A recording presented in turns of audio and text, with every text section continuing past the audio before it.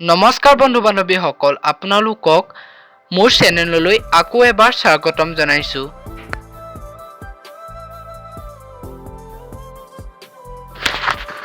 আপোনালোকৰ মৰমৰ ধাৰাবাহিক অনুৰাগিনীত অভিনয় কৰা চম্পাৰ প্ৰকৃত পৰিচয় আজি আপোনালোকৰ ওচৰলৈ লৈ আহিছোঁ।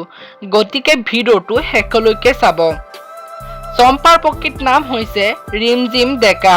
তেওঁ ঘৰ মঙলদৈত, কিন্তু তেওঁ কৰ্মসূত্ৰে গুৱাহাটীত থাকে আৰু তেওঁৰ জন্মস্থান উত্তৰ লখিমপুৰ। তেখেতে পঢ়া শুনা তেওঁৰ জন্মস্থানতে কৰিছিল। তেওঁ কলেজ পঢ়িছিল লখিমপুৰ হেণ্ডি কলেজত।